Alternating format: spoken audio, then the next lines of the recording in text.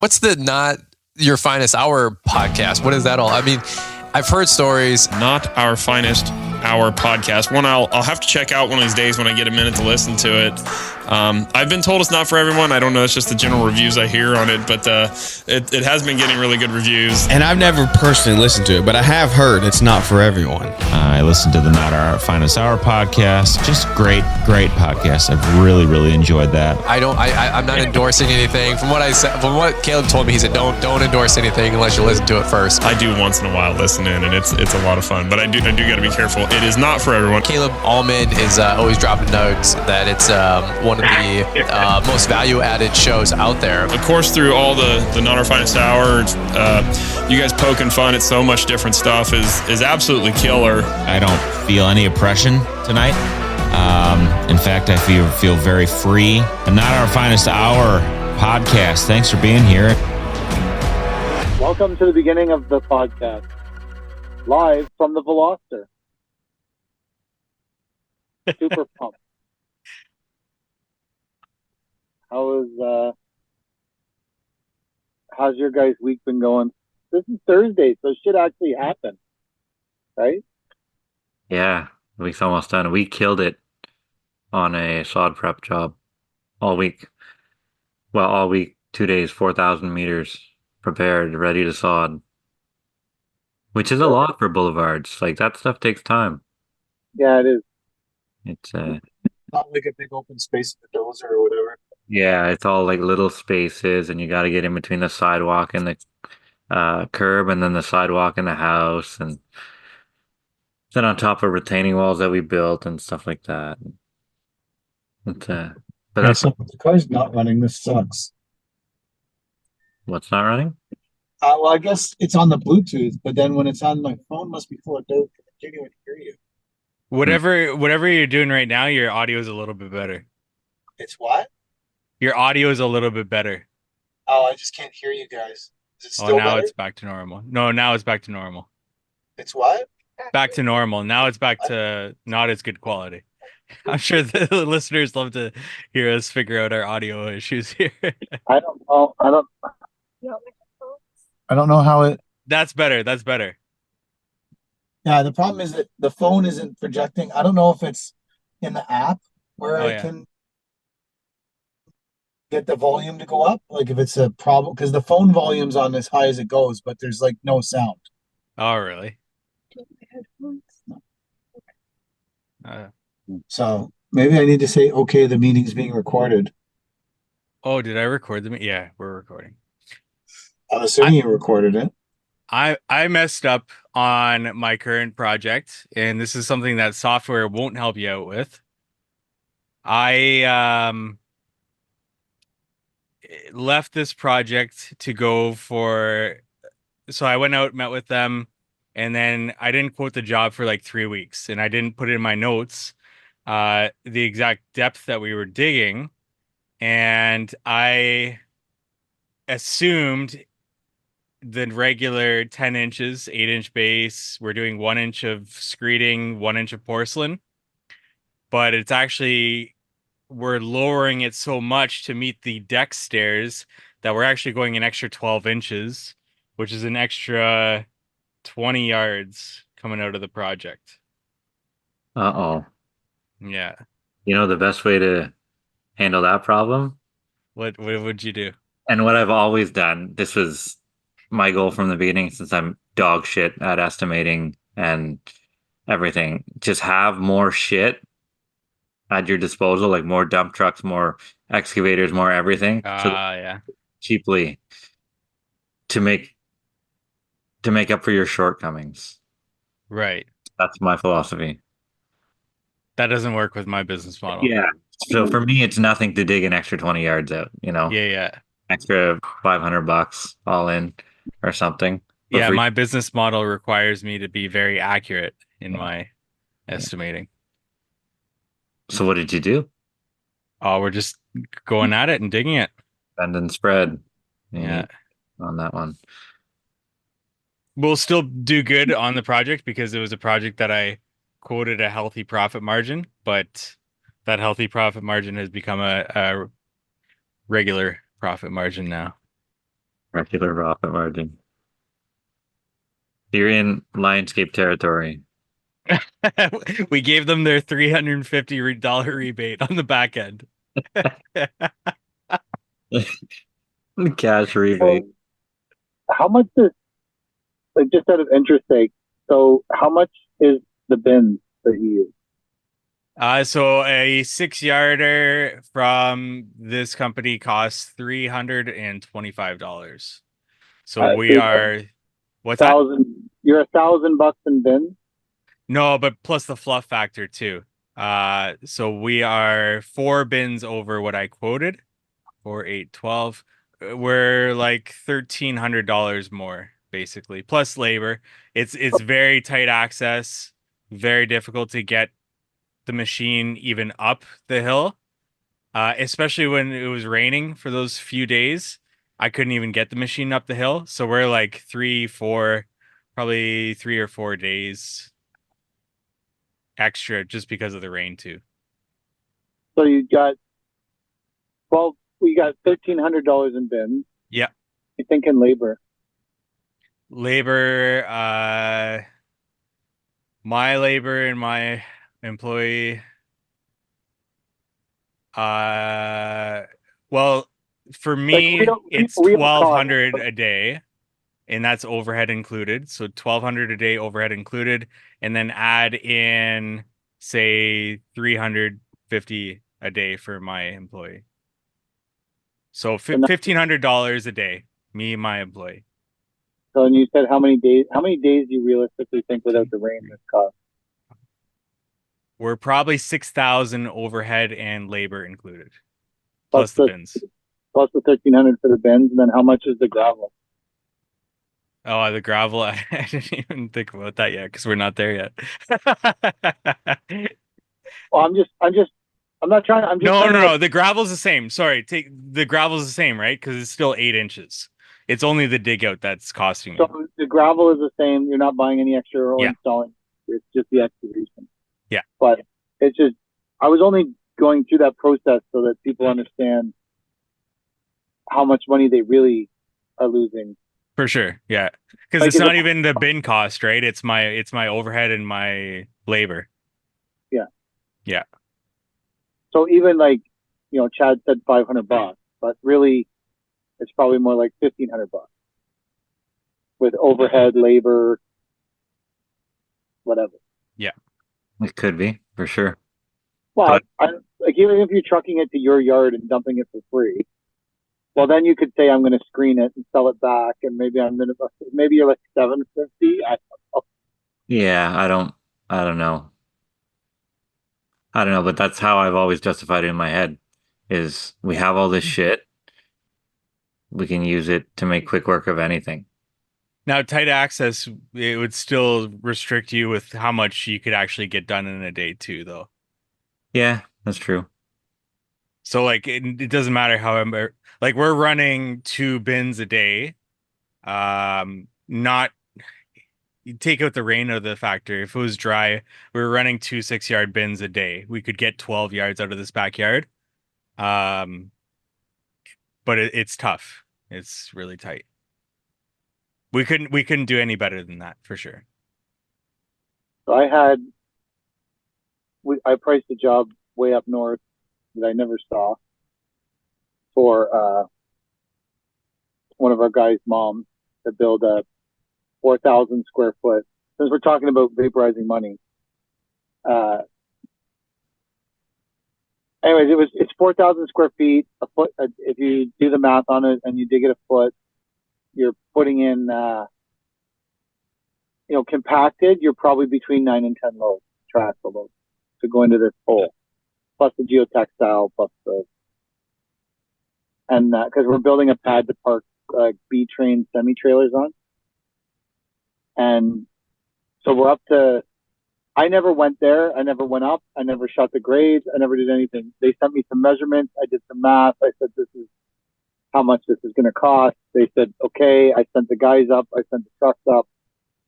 And it didn't get done in the 2 days we thought it would, because there's a gravel pit there that only takes checks or cash. That's wild. The fuck are you talking about? So that gravel pit is 10 minutes away, which would have made this whole process obviously infinitely faster than the gravel pit that's 25 minutes away. But they were all staying overnight up there. And when I sent them with credit cards and trucks and diesel fuel. But I did not send them with company checks or huge wads of cash. You should have sent him to the ATM to get a cash advance. So, anyways, they would have also been done, except that somehow this has become 15 loads of gravel. Probably because, same as Mike, I didn't calculate like what we're actually bringing it up to. I just calculated what we were. So 12 inches is probably a 2-inch excavation, and then 12 inches of gravel on top of that. Because really, I did 12 inches, but anyways. So the good thing is, if I was gonna vaporize 5 loads of gravel and a bunch of labor, at least we're doing it at Ricky's mom. Like, because I feel like that's at least a win. Like, at least it's at one of the guys' mom's house, and it's not at some random person's house or some fucking, commercial site where I fucked up, and I'm like, fuck yeah, the Sobeys warehouse has extra gravel.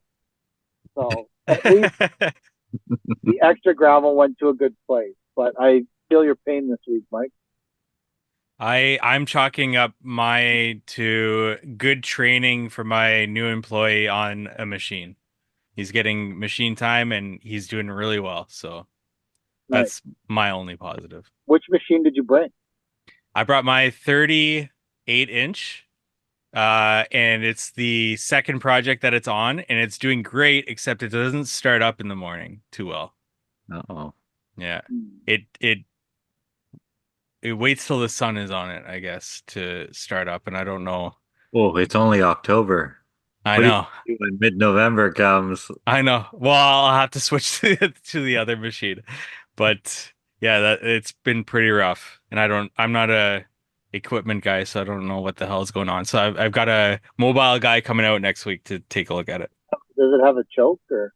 Yeah. The choke's working. Like, I can take off like the parts and see what's working, what's not. The only other thing I can think is spark plugs, but it doesn't make sense that it's waiting for it to be warm for the spark plugs to go off. I have no idea what's going on. You park it in the sun, then Well, yeah, but initially I had it parked below, so it didn't start till like 11 a.m.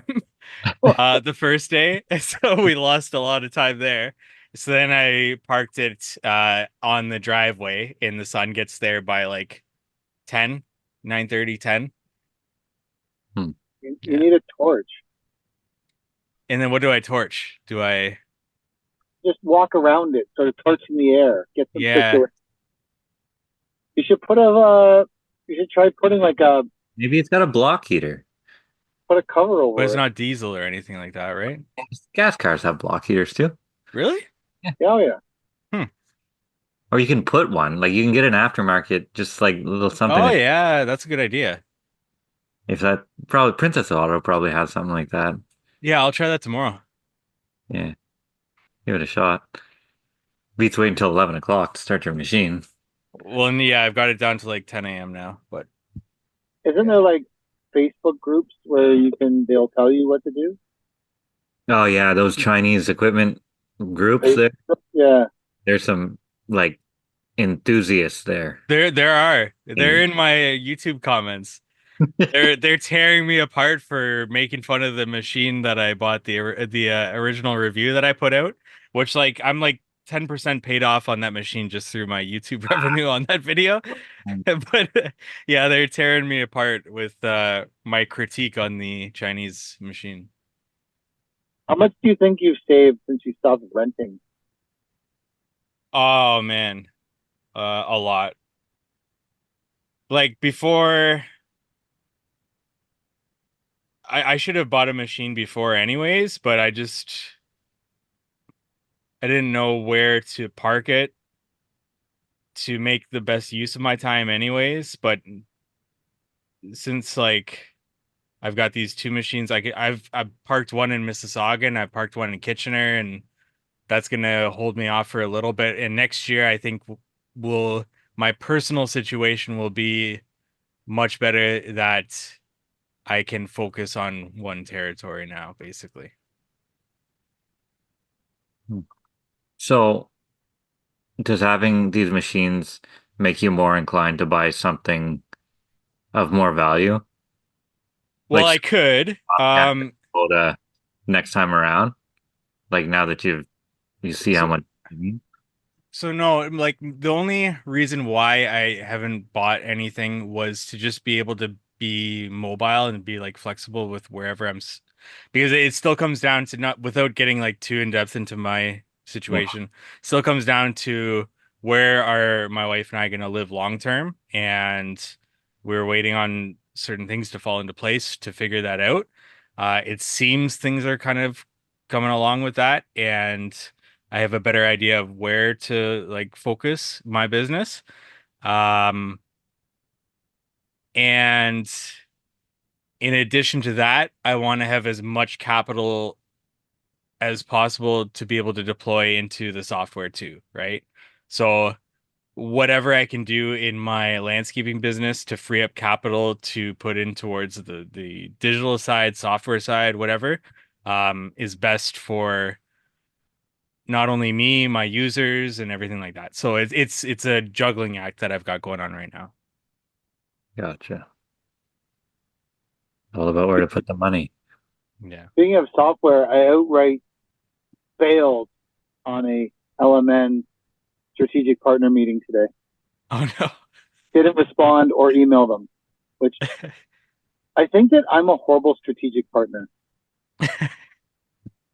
I'm just not good at it. I'm not good at the whole having to go to meetings and do things that aren't landscaping related, I guess, or work related. I don't know. I just suck at it. I opened up my phone today and I was like, oh, 10:30. Oh yeah, I was supposed to meet those two people. I guess that's not happening. I'm ripping up asphalt. Oh, it's I don't think. Well, maybe they're getting what they expected out of this relationship. Honestly, I can't imagine their expectations were high. Like, they've watched the content. They know that I'm not capable of much. Well, So I can't see this. I don't know. So they never emailed. So I think that maybe that the strategic partnership is over before it even started. I think they'll give you a third chance. I think they'll give you a third chance. It'll be like a third or fourth chance. Oh, I don't know how many chances I get. I'm not 100% sure, but I probably need at least 10. Kelly would tell you I need 10 minimum to get my shit together. So it's honestly, man, I just had a really shitty week this whole week. It's like everything we do is just really fucking hard this week. Everything. Doesn't matter what I touch or what I do. And I have spent most of my life waking up really angry all the time for no reason. And normally I can keep it in check. And as I got older, it's gotten better. I'm less angry when I get up for no reason or just agitated. But this week I've been like insanely agitated and I've kept my mouth shut. Like, I've been able to deep breath away most of my stuff, but a couple times this week I have not deep breath stuff away. And a customer of ours, we had a project manager, and I was flowing some equipment, and I guess he wanted to know where it was, and he was texting me and calling our driver who had a family emergency and was off. Anyways, the machine got there, and I just never responded to this shit because I was sort of like, in my generation, the machine's there. I don't care. Do whatever you got to do. But he's significantly younger and like early 20s. And in his generation, unreturned text messages are massively disrespectful. And he called me and inadvertently sort of like almost demanded an apology from me. Oh, fuck. Not one of those. And he just caught me on the wrong day at the wrong time. And it sort of ended with I don't give a fuck if I ever float another piece of your fucking equipment. Fuck you. So, or somewhere around that, maybe not with that much swearing, but there was definitely some of me. I don't remember because when I lose my temper, I sort of have no filter on my mouth, which you guys would say, well, it seems like you don't have a filter ever. But I would say that generally I'm like probably saying about 10% of what I think. But in this moment, I didn't. So, and it's been like it doesn't matter what we do this week. It's just been a fuck show and hard. I think some weeks you just wake up and it's just a hard, shitty week. It's a practice. Love you. He's going to soccer practice. Gotcha. Yeah. So this week's just been a terrible, fucking awful, ridiculously bad, shitty week.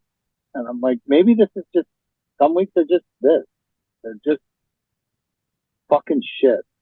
I feel that on this project, this is like the first project this year that I've felt that. And I've brushed off the Geo Ripper dust, and I've been using the Geo Ripper on this project. And man, and then you sent me that picture of the two people holding up their Geo Rippers, and I was just so frustrated to see people smiling with that damn thing, the damn machine in their hands. Did those people not seem insanely happy about a Geo Ripper? Like, more than the average person happy about a Geo Ripper?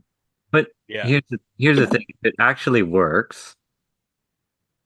My client, we finished a job this week, and then the client goes, "Oh, is it too late to trench a line through the yard?" And I'm just like, everything's cleaned up. Like, there will be no more trenching. Like, you said that idea wasn't happening, and he's like, "Okay, well, I'll just get a trencher next year." I'm like, "Yeah, because going back through here and trenching, no matter 24-inch bucket, 12-inch bucket, whatever it is, at 60 or 80 feet of trench, like you're fucking everything up. Like it just leaves such a mess, right? So if you can do the whole thing with a little trencher, I'd be smiling too." The thing is that every 5 feet, the chain falls off. Not even 5 feet. The chain falls off of it. And man, that gets frustrating after the 10th time no, it doesn't even take 10 times. Yeah, I would 2 times it falls off. The screw, so I bought a box of 50 of them. I finally found them. Somebody gave me advice to go to Fastenal. I don't know if it was one of you two or a YouTube comment that just said, go to Fastenal, you'll find them. So I went there, I bought a box of 50. I've probably gone through like 5 or 6 on this job already. And then, but it's still the chain. The chain falls off all the time. Well, those people, they love their Geo Ripper. They're probably just going about like 6 inches or something like that. Like just something to, I don't know, irrigation lines. Like that's its application. But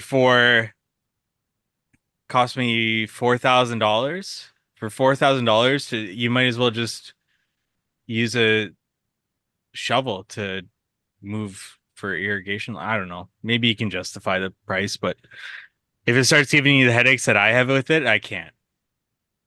What are you doing with it right now? So we got like a steep hill up to the meter, and then to the backyard we're fine, but to the steep hill to the meter, it's nice to be able to just rip the line for the gas there. Are you putting in a fire pit? Yeah, a fire pit in a pizza oven. Doesn't gas have to be 18 inches? Yeah, this goes 20. Really? Yeah. Holy shit. They've got different models. They got 16, 20, and like 28 or something like that. Why don't you just give the Geo Ripper to the employee and say, here, Geo Ripper? I couldn't do that to him. He wouldn't be with me long. Today we had to cut a long section. This is my week in a nutshell. So we've been getting a lot of pressure to get to this job. Many emails back and forth about it. We show up and it's a long driveway, and we're only allowed we have to leave 3 meters plus the width of the pylon for fire trucks to get up and down, and we can only inhabit half the road, and then there's only 3 days where we can shut the road down completely to do this whole demo and build this Sienna stone wall. So we're there today, and we cut the asphalt, and we're ripping up the asphalt, we're hauling it away.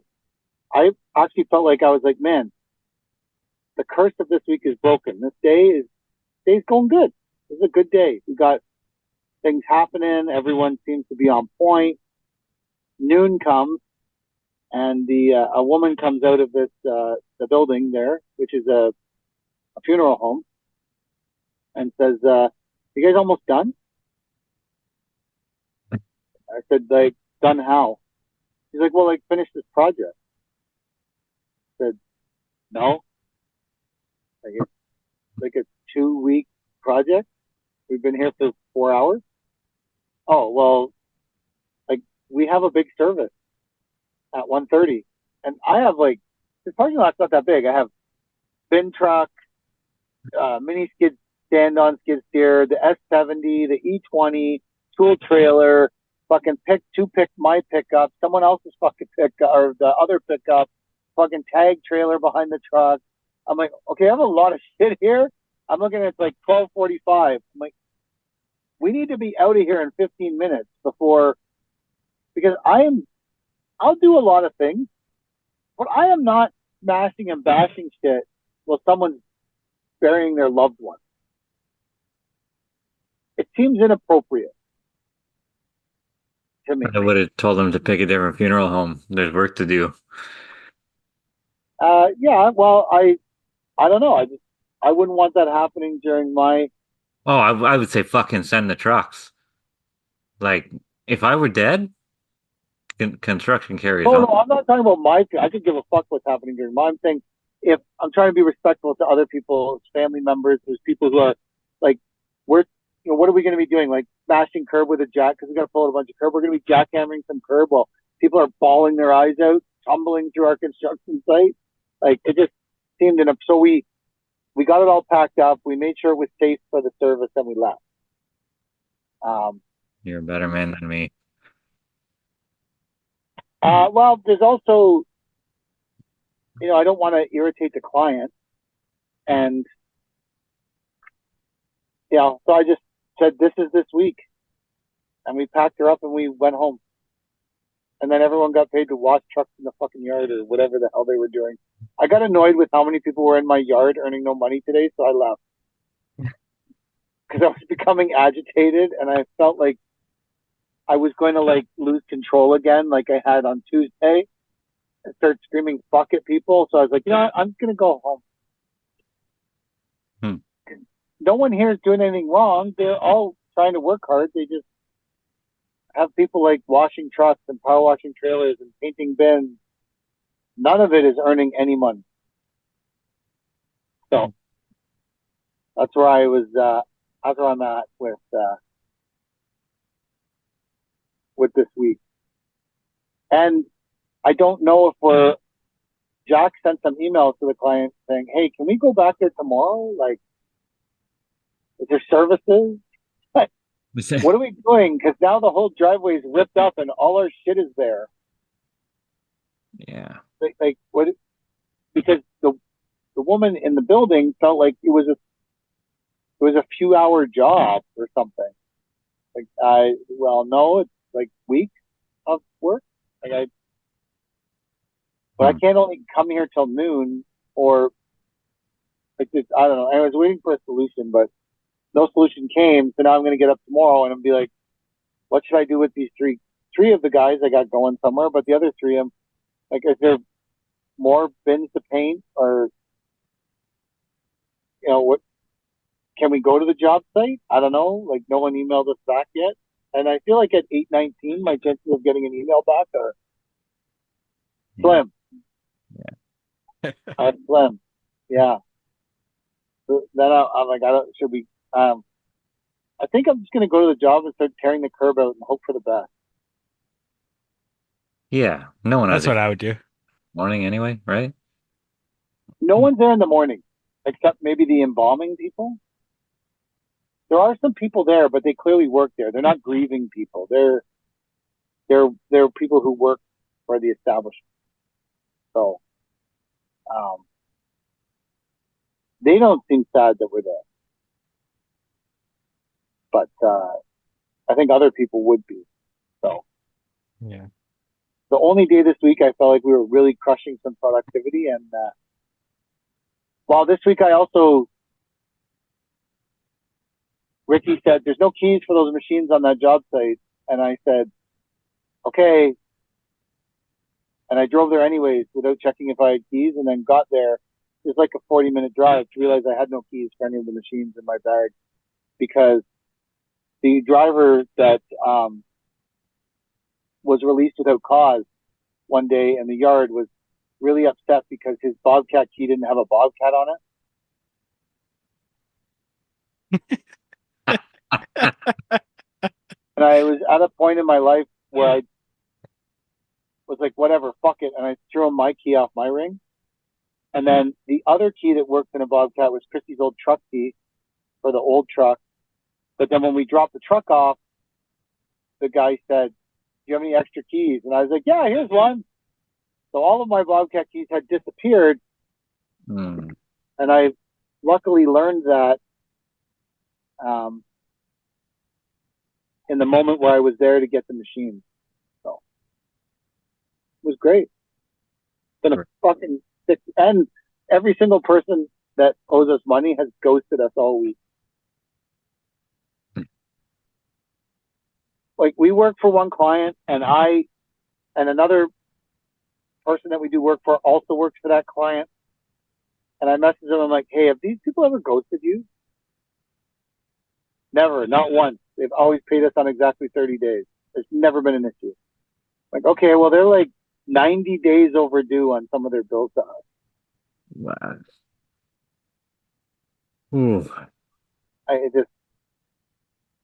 One of the residential jobs, Kelly actually drove there and pounded on the door because they've just never responded to a text message or an email about payment. Uh-oh. And did she get an answer? No, there was no one home. The guy did text. Yeah, the guy did text. They've just been really busy. It's not. They're not trying to avoid us. It's just when people don't. I guess maybe I should have responded to those text messages. See, I'm fucking trapping myself in my own loop of text messages here.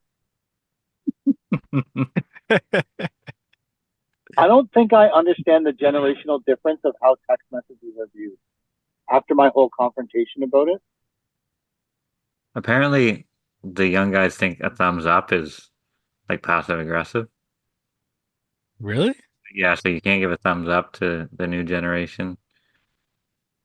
Why? I don't know, because they think it's passive aggressive. Oh, Interesting. I don't know. Because I give so many thumbs up. I just thumbs up, good. And they're too soft, I guess. Wow. So do they don't like the thumbs up emoji, or you know how you can hold the bubble and then it gives you a selection of heart, thumbs up, haha. Like, is it that thumbs up or any thumbs up, or just the emoji thumbs up? I haven't personally been contacted by anyone younger than me saying, "Hey, that's offensive." I'd assume it's both. If it's one, it's got to be both. But we don't have any. But what generation's that? What do they call them? Gen Z. Generation Z. Z? What about millennials are born when? I think I'm a millennial. Yeah, Chad and I are millennials. What's your birthday? 90. I think millennials 84 to, I don't know, 90 something. Cody and I were having this debate in the yard because she was claiming to be Generation X. What's the last year of Generation X? Millennial date range. Millennial date range 1981 to 1996. Generation X. I think Cody's a millennial. I'm going to send that to her. But I hear different things all the time. Like, they say Generation X is 65 to 80, which leaves a gap from 81 to not. Oh, no, 81. Yeah, 81 is millennial, which is weird. 1981 is millennial. I don't see it. They're both millennials.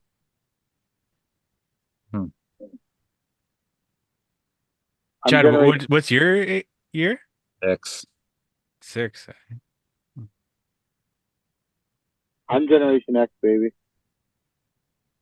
73. 73. Wow. I was like 13 when you were born. Yeah. I was 1 year away from landscaping before you were born.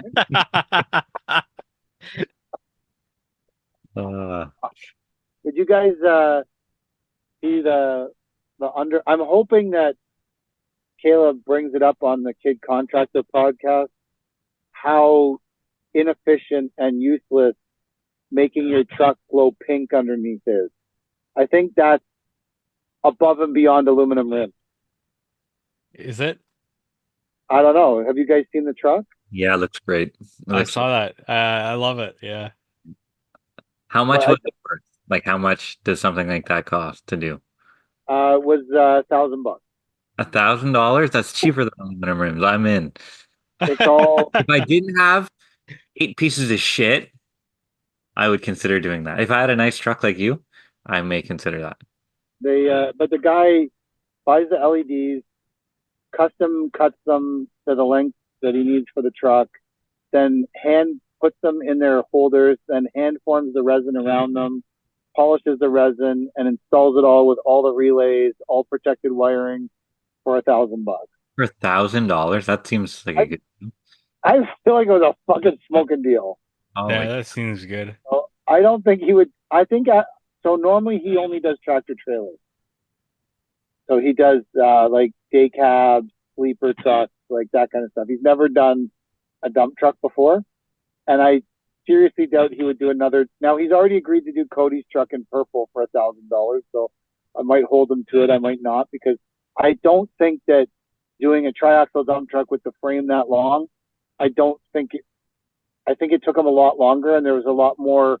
It's drawing a lot more electricity, so he had to do a lot of fucking around with relays and different stuff. So I don't think he would do another triaxle for $1,000, but he did ours, so we call it a win. It's gonna look good during snow time. Yeah, it has attracted a lot of attention. So, and there's lovers and haters. Some people hate it. I love it. I love it. I think it's cool. Yeah, I think it looks pretty neat. It looks. I thought it looked pretty cool. Christy's happy, which is all that's really important. Got to keep your drivers happy. Yeah. Think of what you can do in Pride Month. You can have it all different colors and Perfect. Great. Yeah, perfect. Um, For the they thems in parade season. So I'm interested to see how Caleb feels about pink underglow lights on your triaxle. Although there's an argument that it's good marketing. It is. Ooh. I think there's a valid argument that when you might see 100 dump trucks in a day roll by you and not pay attention to whose truck it is or what it is, but you see one truck that's 40, or I guess they're probably 30 feet long, 35 feet long, all with pink underglow like that. I think you probably pay attention to whose truck it is. Yeah. So I think that it is legitimately a good, probably a good marketing tactic. I feel like we're in good shape on that. But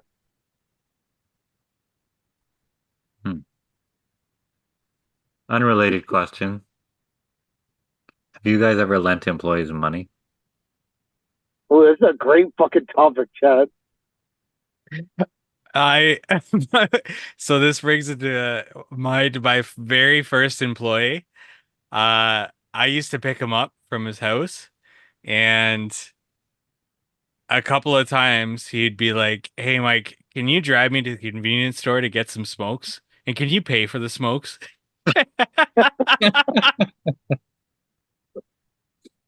Oh, wow. Did you drive them and did you pay for them? I did. He only lasted like maybe a little bit more than a month, but he asked that probably once a week. Once a week. The day before payday? I can't remember. Monday of a So new long week. ago. Yeah. Monday of a So we've had people ask us, and it varies on the amount of money, and it varies on who the person is. I have people that work for us that I would lend whatever money they need. There are people that have been a long time, and then I have people who I don't think there's anyone who worked for us that I wouldn't help out. I think it would be varying amounts per person of what I believe they could repay.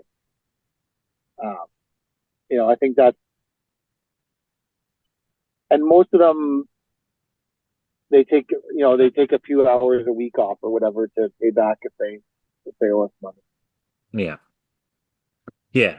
So I have an employee who is potentially going to lose his license if he doesn't pay his tickets. Apparently they're all parking tickets and failure to pay parking, whatever it is, right? So obviously he needs his car to get to work. So he is out right now. He's looking for $900, which isn't a huge amount of money, but it's not nothing either, right? Yeah. So tomorrow I'm going to show up with $900. Help with the parking tickets, and the arrangement is he'll lose $200 of paying that back. So how hard is parking in Cornwall to get $900 worth of parking tickets? He is not from Cornwall because the Cornwall parking ticket is like $20. Yeah. Because I got a parking ticket in Toronto and it was like $85. Yeah. No, the parking tickets are like $20 here.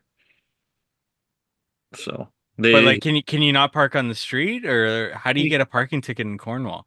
I got one for my enclosed trailer one time because I left it on a road that apparently you're not allowed to park on, but there was no sign, so they just taped the fucking $20 ticket to the trailer. That's awesome. And one time I went to renew my license or something like that, or get an up on my RIN. I needed to get a new truck license on our RIN, and they're like, "Oh, you have a ticket." I go, really? I never knew about it. I'm like, "How much?" They're like, "Well, it's a big one. It's $90." Just pay the fucking ticket. Like, It's a big one. yeah, it's a real big one. $90. I got things to do here. So, Yeah.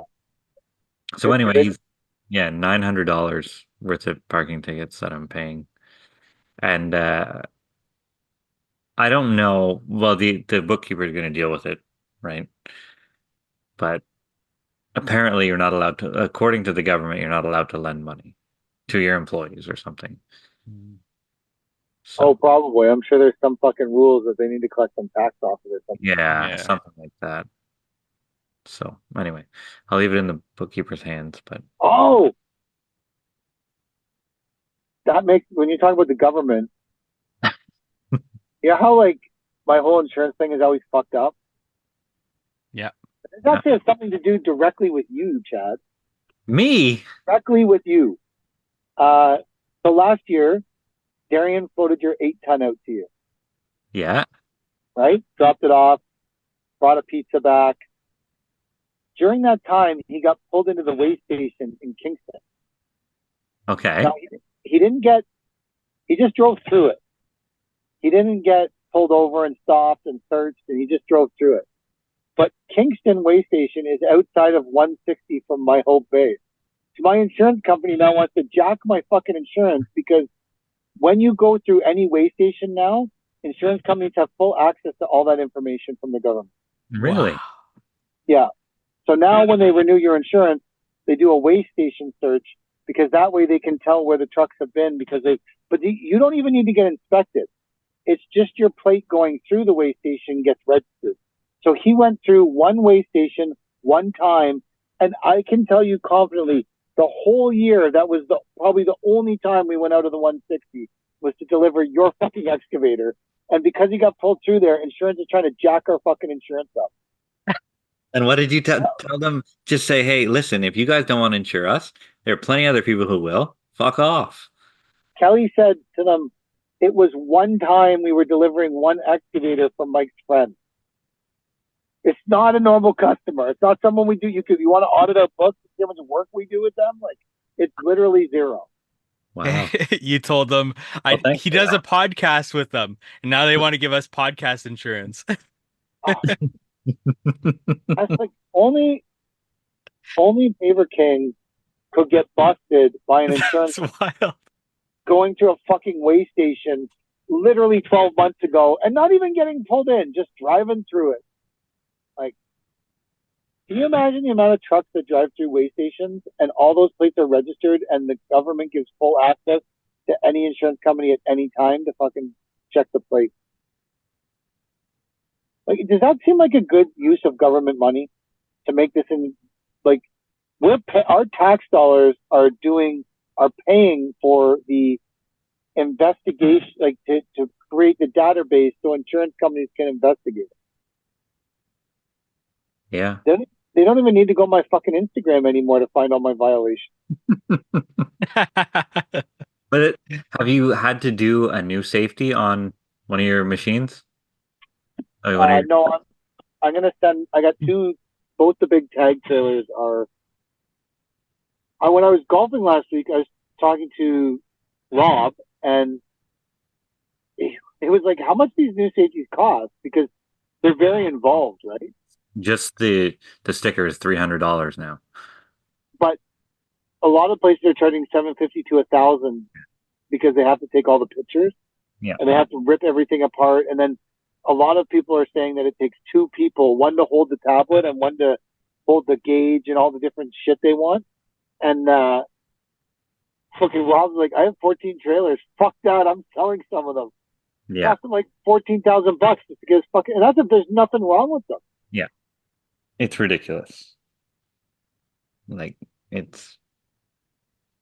And that's also that personal vehicles don't have to pay their plate sticker. They put it on the commercial guys. Yeah, they just put up all the plate stickers commercially. Yeah. By stupid amounts. Like at each. Our plate stickers are not including the pickups, because the pickups are yearly, but our plate stickers are 4,500 every 3 months. That's a lot. Yeah. I pay maybe 20, 25 grand a year for all of them. Maybe not that much. Maybe 20. It's Which is fucking crazy. still too much for a little landscape company. Do you know what the on a pickup truck though, the fine for not having a plate sticker is $110. Oh yeah? I thought I was getting pulled by MTO yesterday. I was taking my Dodge Ram from the mechanic to the Dodge mechanic because it's got a DPF thing that I gotta clear before I can sell it. And I pulled out of the first mechanic and the MTO was coming towards me. I'm like, oh fuck, here we go. So I drove for a little bit and I saw him turn in to the Tim Hortons. I'm like, great, he's turning around to come get me. So I pulled over and I'm just waiting because I'm not going to make the guy chase me. And then he never came. And that was a great feeling. Why would he pull over? In Cornwall, they pull over like a Dodge Ram pickup truck? No, but I had no plates on it, right? Oh, The plates went from my Ram to my Ford, which Shane was driving behind me so he could pick me up at the other mechanic. Ah. Not to mention there was no plate. I left out. But yeah, there was no plates on the thing, so I'm just waiting. And he never came, so I wonder how much trouble you get in for not having plates. Probably big. Like, it's still insured, but probably a fine of $110. oh, I could have paid $110. You had anyone take any bites at the Dodge? No, because I only have like one picture of the exterior. Actually, a couple of people asked for more pictures, but nothing crazy. Like, I don't know. And then I got in and I'm like, you know what? This is still a great truck. I got in, my phone connected right away. It was no problems with anything. Like, it fired right up. It was all good. It's a rougher ride, but I don't mind. Like, maybe I should keep this truck. Brad said to me that he thinks that in his opinion, that Dodges are way louder inside than the other They two. absolutely are. The Yeah. diesel motor. You feel like you're in a big truck in a Ram, and you feel like you're in a car in the Ford. Like Do you sometimes think I can't even tell my 6.7 Power Stroke is running. really? Yeah, and the Ram, there's no question about it. There's no question. That's what I'm driving, the Dodge. And do you think if like Ford trucks are so expensive now, like they're astronomically more expensive than the other two brands? Are they? Oh yeah. I don't know. I've never priced a GM in my life. I wouldn't. So they're comparative. How much was your truck? Like 140 grand. 120 plus tax. So comparatively, like Denali Ultimate is like 103 or something. Really? No way. Yeah. And then right now they're selling Dodge Ram, Laramie, Platin, Longhorn, whatever fucking things. They're 89,000. Really? Yeah, that's what they're selling them for right now, brand new. So now when I see someone driving a Ford, I'm like, that's like a flex. Like, if you're buying Fords, you're buying the most expensive fucking trucks you can possibly find for your business. So it's like whenever I see someone driving one now, I'm like, fuck yeah, bro, you must be doing well. You can afford a fucking Ford. Huh. I would switch back in a heartbeat. Whenever Yeah? yeah, like so Ram just released some photos of the new 2025 Rams HD. Really? Yeah, they're honestly Okay. they don't look that much different. Like they changed the grill a bit, changed the lights a cunt hair, and all of a sudden it's a brand new truck, completely reinvented. Like it's the same truck, guys. Is the Again, you same can't do anything, screen, but the I same don't, interior from 2010? yeah, same body style. Everyone's like, "Wow, it looks so great," or they did so much on like they didn't do a single thing to it. Like I mean, whatever, you know. But when I first started driving it, like, because I've always driven Chevys, right? yeah, When I first started driving the Dodge, I really did not like it. I uh, really didn't like it. I didn't like the seating position. I didn't like. But now that I've been driving it for like I don't know 9 months, maybe 10 months, I actually really like it. I can't imagine myself ever buying a truck that's not a Dodge. yeah. I was very happy. It was probably my favorite truck to drive was my Ram, and Yeah, I now got in it for a year after I bought it. I'm like, yes, I get to drive my truck. It was great. Then I get in this Ford and I'm kicking myself all the time because I can't get out for 5 minutes and go say something to one of the guys on the job site without getting back in and having my phone not connect to the Bluetooth. oh really? Yeah, it drives me fucking wild. Does it have Apple CarPlay? Yeah, Because that's what GM. I think this year is the year that GM deletes Apple CarPlay from all the new vehicles. I don't blame it. I might get rid of it too. If I knew how to uninstall Apple CarPlay or whatever, it would be gone. Really? Yeah, because it doesn't do anything for me. You can still have Bluetooth, right? You can still listen to your music through Bluetooth. That's not CarPlay. It's I listen to the Sirius radio in my truck. a what? Sirius radio or Oh, whatever. yeah, Play radio. yeah. My wife's Mercedes doesn't have Sirius radio. Really? How can you have a luxury car without Sirius radio? Apparently it Oh, does. I don't know.